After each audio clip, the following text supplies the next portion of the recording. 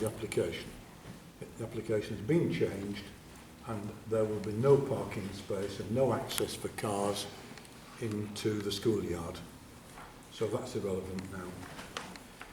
The third that people raise is about extra traffic, which there might be a bit of extra traffic, there's no point pretending there might not. On the other hand, there won't be very much, if any, because the people who are going to be using this premise of the mosque are already using the Chapel Street Mosque, which is next door to this across the back street. They are already using the Chapel Street Mosque, and therefore, if they are going to come in their cars, they're already coming in their cars and parking them there. The additional people who will be able to use this mosque are the ladies, the women. At the moment, there isn't space within the Chapel Street Mosque for space for ladies. And it doesn't matter whether you think that having separate space for ladies is a good thing or a bad thing, it's nothing to do with it. One of the reasons why the larger premises are required and wanted is so that ladies can go there to worship, which they can't at the moment. I think that's true, isn't it? And therefore, but how many ladies are going to be coming in cars? We all know where the Asian, the Muslim population lives in Colne, and most of them are within walking distance. So the extra traffic is going to be minimal. It is next to its town centre use, where parking requirements don't apply in planning terms, and there are public car parks very close to the actual premises themselves. There's a little one at the top side, across there, and then there's the quite big one at Nelson Street, which is a long stay car park, and which at the hours in which it will be required, if people do come to it, it's usually possible to park on there, because I know, because I use it. It's well used, but it is possible. So there is free public parking very close to the premises. And then the final thing that people have objected to is the design of the extension. You can argue about it, like all design. You can even quibble about details on it. But by and large, it doesn't matter too much, as long as it's decent, good design, because it will not be visible from outside, because you want them to see it over the walls. So, and the suggestion that was in the petition, I think, that it's proposed to replace the roof on the main building with aluminium is just not true, like a lot of things on that petition. So, I think that there are plus points.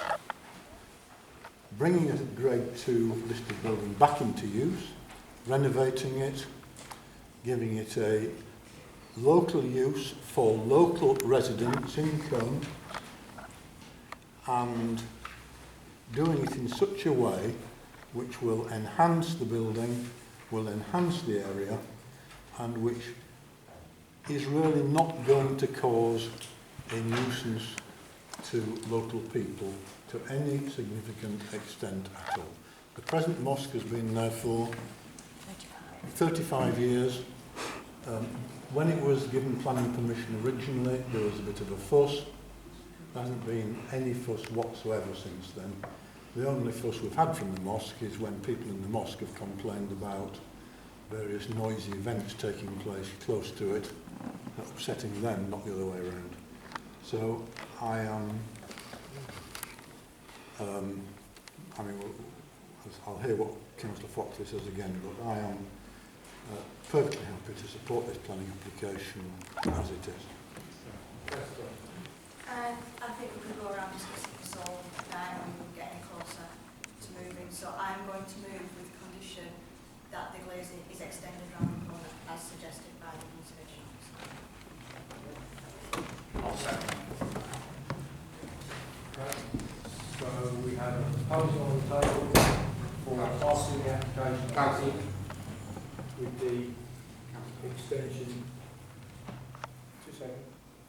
with the extension, grass extension. Well, no, I said I'd listen again to what Councillor Foxley said, but, I mean, if, I am prepared to move, I mean, I'm not quite sure whether Councillor Foxley moved anything, before Councillor Fletcher. Councillor Foxley, seconded that. Yeah, okay. Well, I'll move that we approve the application as it's put forward. So do I have a second for that? I'll second that. Councillor Macbeth, you wish to speak, so I'll let you speak now and then we'll go back to the motion. Thank you. Okay, and Councillor. The planning application before you is more than just a planning application. It's also a test of your integrity and your ability to listen to your constituents' concerns. The planning committee has recommended this application for approval despite a number of concerns which have not been adequately addressed and a huge number of objections to wider implications of what this application will mean. You can pretend this is not an application to open a mosque, but essentially is. Without the planning permission, this building will not be opened as a mosque, although technically it could be. There's an ideological argument. Whilst there are material planning concerns regarding this development, there is also wider concerns regarding the impact on the community the opening of a mosque will have. There is a view, which I feel that is largely held by the council, that Islam is a religion of peace. However, there is also another view that Islam is a violent and oppressive ideology, which must be acknowledged and respected, even if you disagree with that view. The aggressive left politicians are blissfully ignorant to the content of the Islamic holy book, the Quran, which is apparently the word of God and explicitly promotes domestic violence, intolerance of non-Muslims, gays, and death to apostates. Councillor Macbeth, can I remind you, this is a planning meeting. I know. I'm listening to planning arguments. I will. Planning. And condone other practices which are incompatible with British values. While most Muslims are peaceful, the ideology they promote is far from... Chairman, on the point of order, can we ask that the speaker keeps... Read the Quran, read the Quran. Read it. It's a planning application. Read it. So you brush it all on the carpet. A few more sentences and I'll get on to Brush the it. material. Oh, right. Excuse me, this is my town here, I live here, and I love my town, so let's not fall out, please, thank you. Okay. Well, let us have it say, within reason. This is a Yeah, planning sure, application. get Okay, hold on, right, the next time I will be asking you to leave, all right? Okay. Thank you. Right. There are material arguments as well. Conservation is defined as protection of plants, animals, natural areas, and interesting, important structures, buildings, especially from damaging and human activity. This building is in the conservation area. It's a Grade 2 listed building. Its preservation and conservation are key priorities. There are many questions and concerns regarding this development that have yet to be answered and addressed, and that's what I'm going to raise. First, and most significant, is that a number of local people put their names to paper to oppose this planning application. Pendle Borough Council website states, "We welcome petitions and recognise that they are one way in which people can let us know their concerns." Over 2,000 people have signed a petition, admittedly not all of them from Colne, the local area, which in any petition is a large number of signatures. For example, in December 2018, members of this very council, Jamie Hargreaves and Dorothy Lord, presented a petition with over 2,000 signatures to Lancashire County Council regarding the introduction of parking charges locally, and this petition helped overturn that decision. However, Neil Watson, planning officer, stated that the petition states a mosque should not be opened. It does not give any planning reasons. As such, I cannot afford any planning weight in a report that will go to the committee. Following this response, Mr Watson was sent the details of the petition, which clearly states a number of material planning objections. So it was a great surprise when Mr Watson said on the 1st of August, following the planning committee's decision to recommend it, the petition on its own is given no weight. The weight is given based on planning merits, which the petition lacked. Therefore, I must assume that the planning officer has disregarded the feelings of the local people, despite there being material objections in the petition clearly stated. I ask the council here today to the objections of local people and not ignore them because their viewpoint or reasoning may not align with your own. With regards to specific details of the planning application, heritage destruction, the boundary wall, the proposals include demolishing a historic wall and then rebuilding it after the works on site are complete. Partly rebuilding additional materials that are not the same age or consistent with the original wall will inevitably create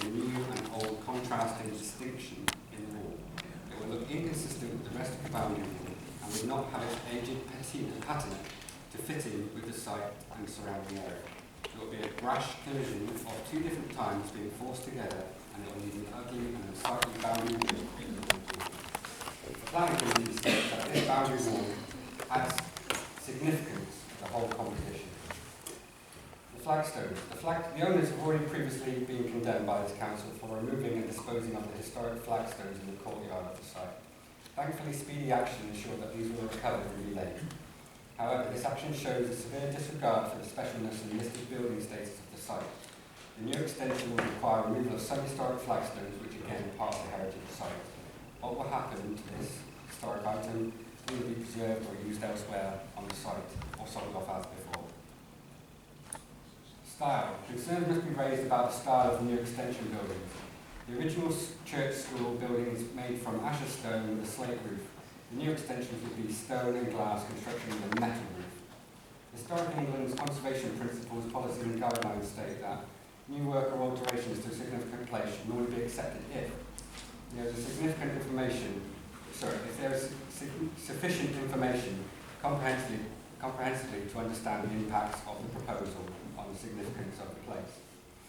In response to that, there has been no transport assessment or transport statement which would give an idea of how the area would be used by the local worshippers, and so we don't have a full assessment of the impacts and what would happen. Part B, the proposal would not materially harm the values of the place, which were, where appropriate, would be reinforced or further revealed. There is an argument to consider that using this building of one faith or another faith would harm the spiritual and religious value of this building.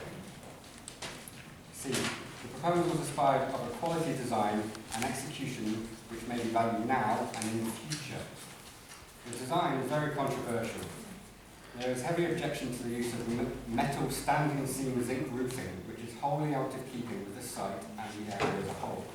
This would have a significant effect on the look and feel of the heritage site and the conservation area.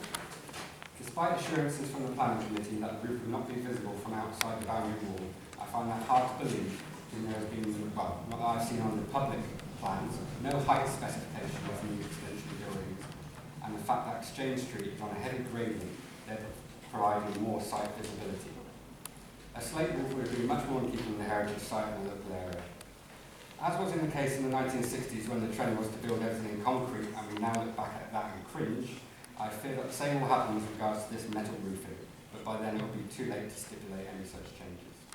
The site is a historic, and everything on it, visibly from the outside, is of the same age and style. A modern contemporary building, as stated in the proposal, would be completely at odds and in contrast with the original building and would ruin the historic feel of the site. Part D. The long-term consequences of the proposals can, from experience, be demonstrated to be benign, or the proposals are designed not to prejudice alternative solutions in the future.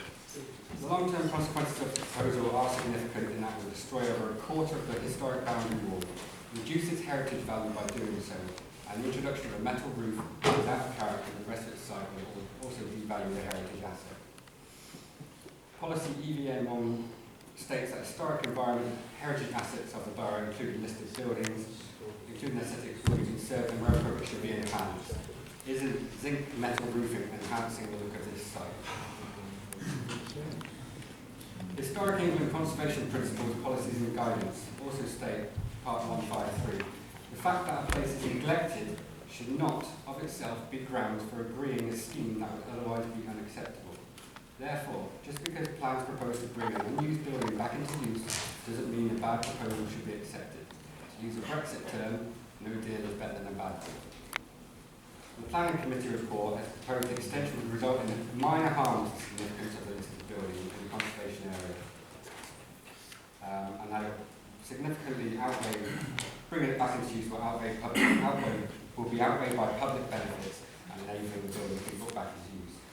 Public benefits are questionable when it's looking to be opened as a mosque, which is only open to Muslims on a general basis. There is a strong symmetry to the design, which is a key element of its significance. This is also in the Planning Committee report. This symmetry would be lost with the extensions, nullifying a key element of the asset's significance. Furthermore, the shape of the building across is significant with regards to its religious heritage, to Jesus dying on the cross. And this shape would be lost with the introduction of adjoining extension buildings, deteriorating its religious heritage further. Parking. Despite many concerns regarding parking, the planning committee has skirted around this issue and nonchalantly claim there is plenty of parking for an unknown number of people who will arrive and leave around the same time. This is a gross neglection of duty by the planning committee. Everyone knows that mosques have prayers at certain times of the day, and that there will be a number of worshippers arriving together at the same time and leaving together around the same time too. No plan has been provided to show A, how many people are likely to attend or the capacity of the building, parking availability involved, traffic congestion at times of worship, car ownership levels within the local community, and a travel plan which is stipulated. Colne is already known for its gridlock traffic, and anyone local will know that it gets worse around 2 p.m. If we take a worst case scenario, take Colne's already log jam traffic, then say it's a Friday, people leaving work early on a Friday, then parents going on the school run, and the mosque call to prayer all around the same time will create havoc and recent rat runs, bad driving and inconsiderate parking. But the planning committee is blissfully overlooked this. The National Planning and Policy Framework, Chapter 9, in promoting sustainable traffic, said all developments that will generate significant amounts of movement should be required to provide a travel plan. And the Mr. McVeigh, you've got 30 seconds. Sure. There is no information for cycle storage, which Lancashire County Council or Highways said the revised layout plan should be provided showing the location of cycle storage is free. But also the backs, what will happen to the flagstones, will be a cause of prayer. The police says there should be secure boundary treatment. What will this be? Will it be barbed wire? Thank you. Councillor Bowden, what I'll do, Councillor, is to progress this because it's straight into the meeting. Listen, I will not be as long as my two colleagues. Okay. For those that are outside this town, my name is Neil Butler. I'm on camera. Hey, I'm on. I live here and I love my town. Okay. The councillors you see around here work so hard for this town. Going for road myself 10 years ago, 6 o'clock in the morning, putting tents up in the rain for our community. We're there all day, 7 at night, we took them down. Did get paid.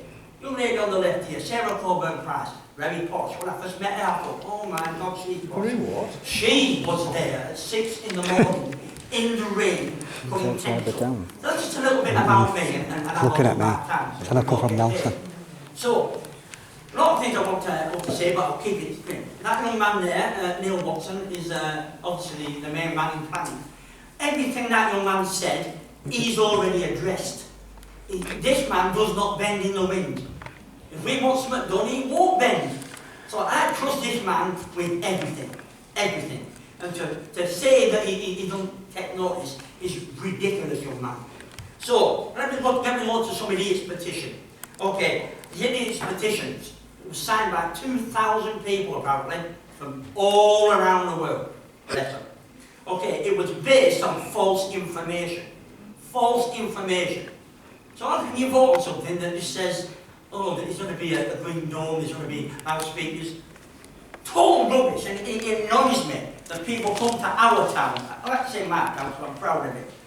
I would not let anything in this town do anything wrong to my town. Anything. I don't care what it is. I don't care what colour you are. I'll just tell you something now.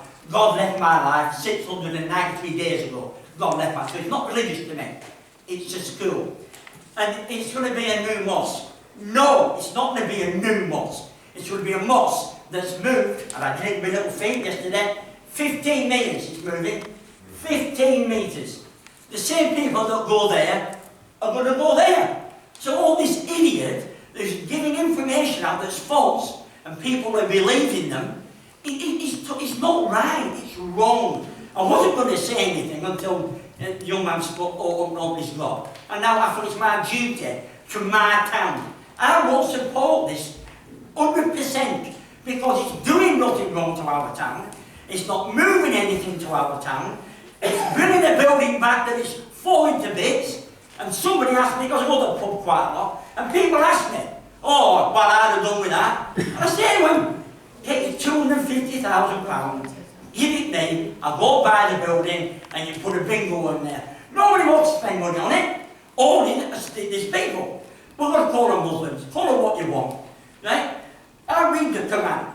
I'm learning to speak Urdu. I also speak German and Spanish and Greek. I like languages. These people are doing nothing wrong. I was going to ask the police, if the police was here, I would have asked them a question. How many times have the police been called to the mosque? And let me tell you, none. None. They've been called none. How many times have they had a noise abuse? None. Are the neighbours around? Any neighbours here? Are there any neighbours to the mosque here to complain? Are you a neighbour? I'm not here, she is. Yeah, and does it hurt you? She doesn't like it. Well, one person don't rule the world. One person don't rule the world. So I do apologise for being a bit loud and mess, but I love my town and there's nothing wrong with this. Thank you very much. Thinks he does, anyway.